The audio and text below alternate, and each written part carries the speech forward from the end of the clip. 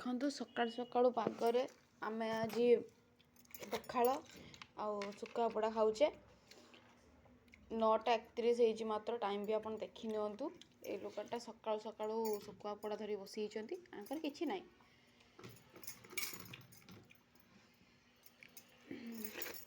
ମାନେ ସକାଳେ ହେଇତେ ନାହିଁ, ସମସ୍ତେ ରୁଟି ଖାଆନ୍ତି, ମୁଢ଼ି ଖାଆନ୍ତି, ଆଉ କିଛି ଖାଆନ୍ତି, କିନ୍ତୁ ସିଏ ତାଙ୍କର ପଖାଳ ଧରିକି ବସିବେ।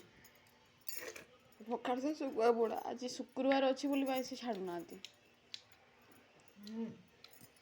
ଶୁଖୁଆ ଶାସ୍ତ୍ର ନୂଆ କନ୍ୟା।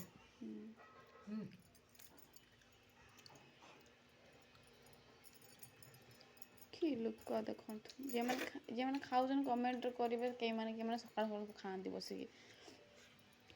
9ଟା ଟାଇମ୍ରେ ସେ ସକାଳରୁ ପଖାଳ ଶୁଖୁଆ ପୋଡ଼ା ବସେଇଛନ୍ତି। ବାଇଗଣ ବିଲାତି ଦେଇକି ଶୁଖୁଆ ନେଇ ଖାଉଛନ୍ତି।